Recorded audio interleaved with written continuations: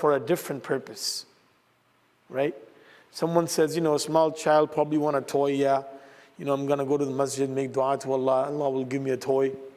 A little bit younger, I want a phone, my dad ain't getting me one. So I'll go to the masjid, make dua, and maybe God will change my dad's heart and he will give me a phone eventually, right? Everyone is coming for a different purpose, right? At the end of the day, you want something from Allah, that's why you're coming here, right? You want something from Allah. Either it can be worldly gain or it can be a spiritual gain, but you want something from Allah, right?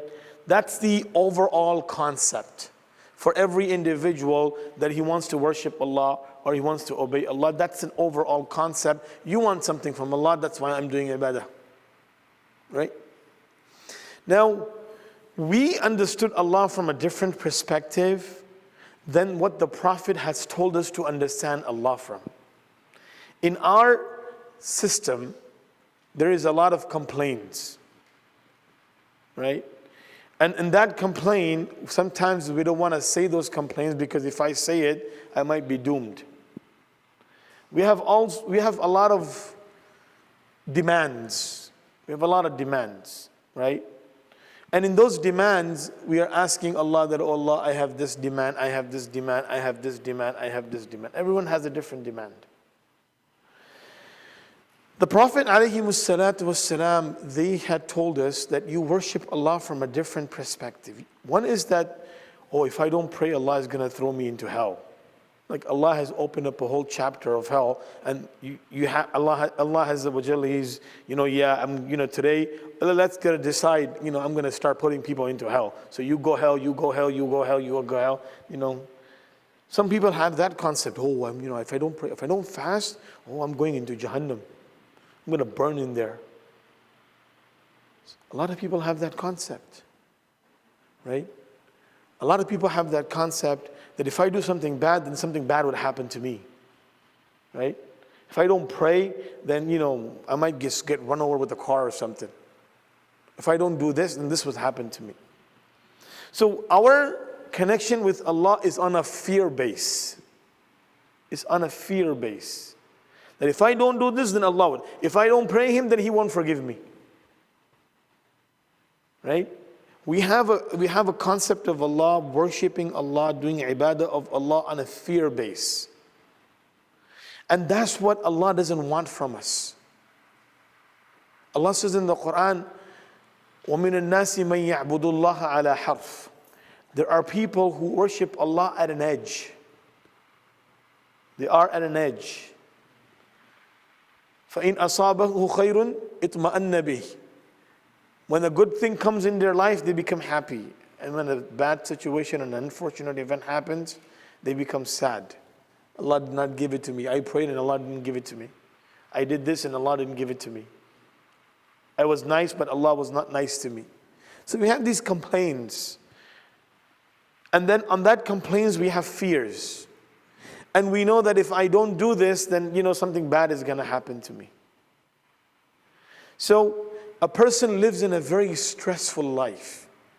He's got problem in the house, he's got problems at home, he's got problems at work, school, wherever he goes, he's got a problem there because he understood Allah from a very different perspective. So that's why you see people that when there is a situation in their life, they do a lot of ibadat. When that situation goes away, they calm themselves down. You see people in life, they do that. I mean, just to imagine a person who is happy and who's got everything what he wanted, and a person who is a very unhappy person or is going through difficulties of life, just analyze both of their status of worship, how they're worshiping Allah, both of them. The one who's happy and the one who's sad. The one who's sad, he's got a different approach to Allah. The one who's happy, he's got a different approach to Allah. The one who's sad, he is living in a very tight life. He's miserable, he's doing ibadah on a force. that if I don't worship Allah, then Allah Azza wa Jal will not help me. He will leave me. We've understood Allah from that perspective. But there is another perspective of understanding of Allah, and that is what Anbiya alayhimus salatu was salam taught us. And that is, you worship Allah from the love channel. You worship Allah from a thankful channel, not from a complaint channel. Because everyone, they have complaints. I don't like this. I like the way Allah made me. I am like this. A lot of, and especially our youth, what happens to them? They go into a very, unhappy mode. And when we talk about unhappy mode, they look at things. When you look at things, you have this desire that I wish I was like this. I wish I was like this. I wish I had this. When a person, he is wanting things, he forgets the actual understanding that Allah Azza wa Jal gave me something. Right? If I have a phone, because the world moves in a very fast pace. If I have a phone, and the next person has a phone, we've got the same phone, but his phone's color is different than my phone's color. Or her phone's color is different than my phone's color. We've got the same exact phone, but the color is different. I'm looking and admiring at the color of the other person's phone. Right?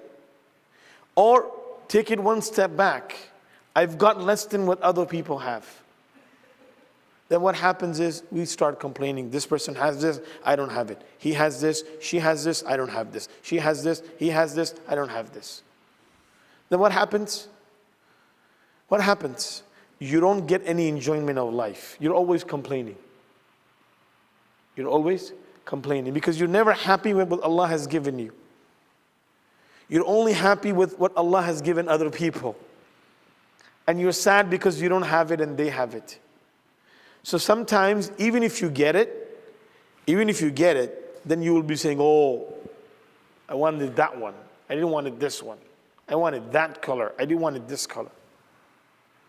This is called greed. And you know what's the biggest punishment of greed? What's the biggest punishment of greed? You are never able to enjoy what you have. Never. You can never enjoy what you have. Because whenever you have it, you're looking for the next one. I barely got happy with this, but then now I'm looking at someone else who has something else. That's the immediate punishment of greed. And what happens when you have that punishment? You're always sad. You're always sad. Now, to change this perspective, Anbiya alayhimus salatu wassalam taught us one rule. Is to appreciate the blessings of Allah. Because once the blessing of Allah is taken away, then you've got problem. This is why amongst the dua, and this is the dua that I'm going to teach all of you today, and inshallah you make an intention that from today onwards, until Allah gives you life, you're going to recite this dua every day. Everyone makes that intention? The dua of the Prophet ﷺ is, Allahumma inni a'udhu bika min zawali ni'matik.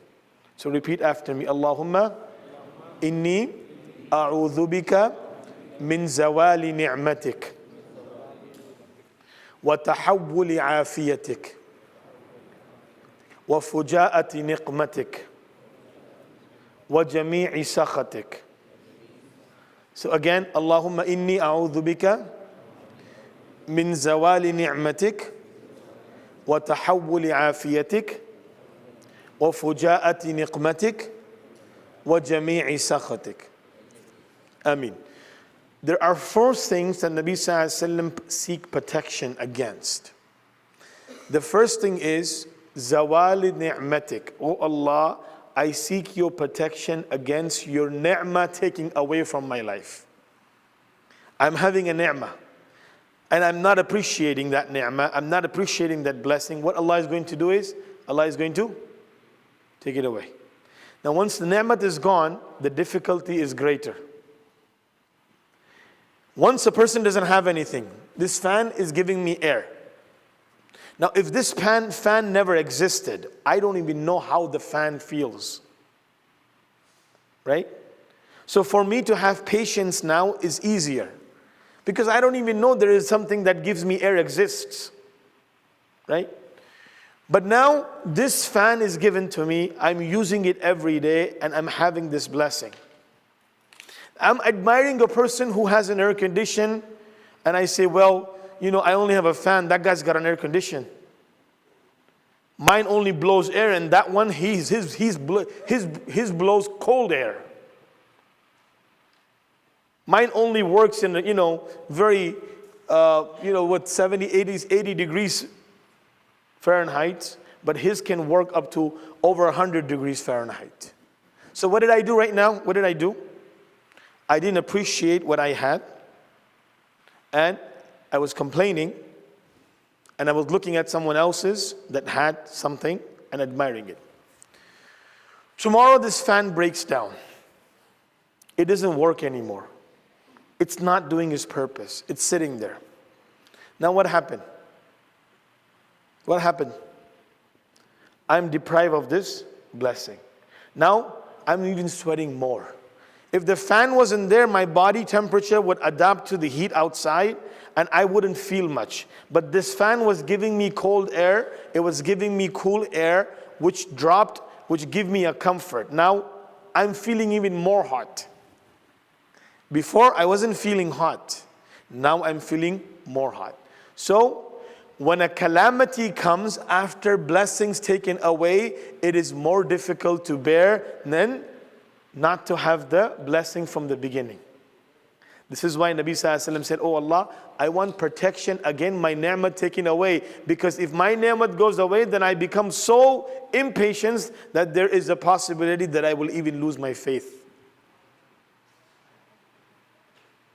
So that's why protection against ni'mat being taken away. The second thing is, وَتَحَوُّلِ عَافِيَتِكَ. Oh Allah, I seek protection against my afiyah being changed. What is afiyah? Afiyah is contentment of heart. I am happy with what Allah has given me. I am happy through the amount that Allah has given me. Allah made me like this, I am happy with this. Then what happens is that afiyat is gone. You've got a problem. You've got a health issue. You've got a situation. Then what happened? The afiyat went away. Now what happened? Now you are miserable. وَفُجَاءَةِ نِقْمَتِكَ. Number 3.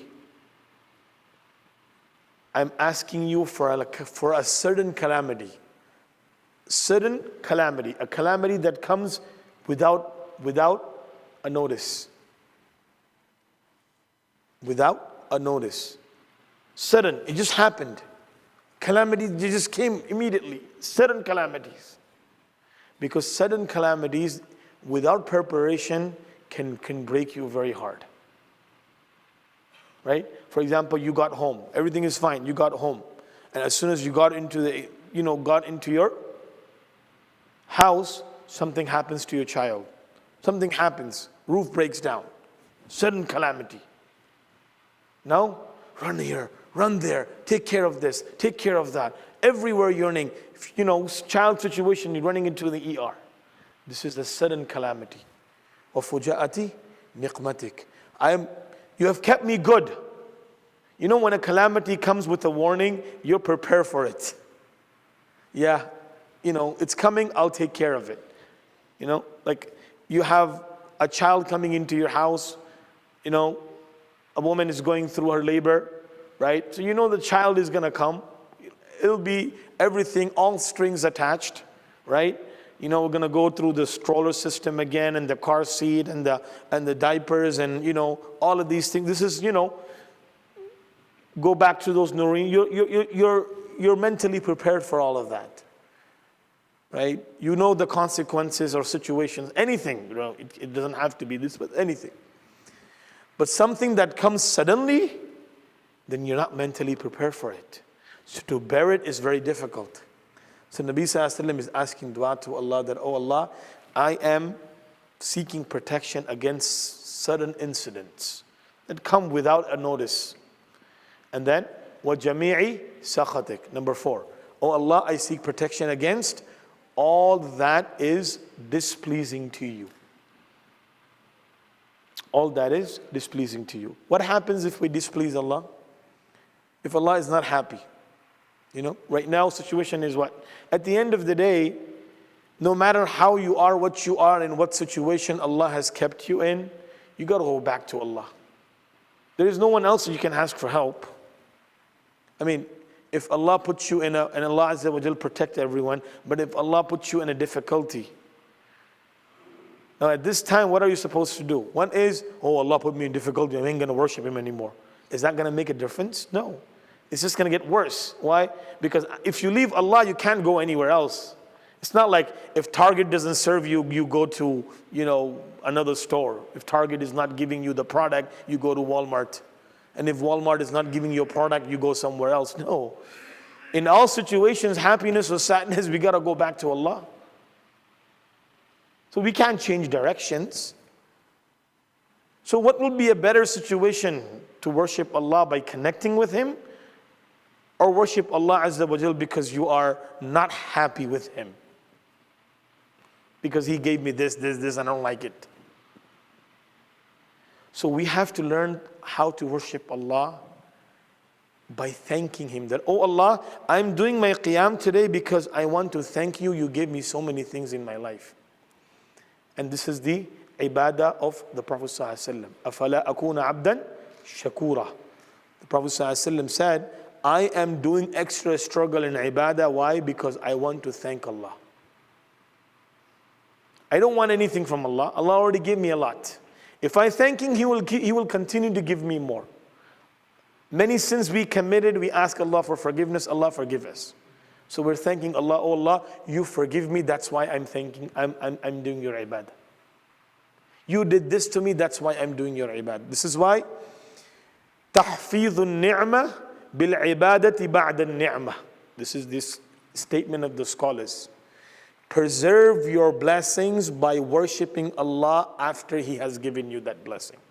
Allah gave me a car, I pray 2 rakat, thank Allah that Allah you gave me a car to drive. Allah gave me something in my life, I worship Allah and I thank Allah that, oh Allah you gave me this, now I'm going to do more. Dawud alayhi salatu was salam, the more Allah gave him, the more he became ibadah, the more he became worship, obedient to Allah. So we ask Allah Azza wa Jal to grant us this understanding and make us among those people who are doing ibadah of Allah subhanahu wa ta'ala and making Allah Azza wa Jal happy so Allah can give us more than what we have. Ameen ya Rabbal Alameen. With afiyah inshallah. Jazakumullahu khairan.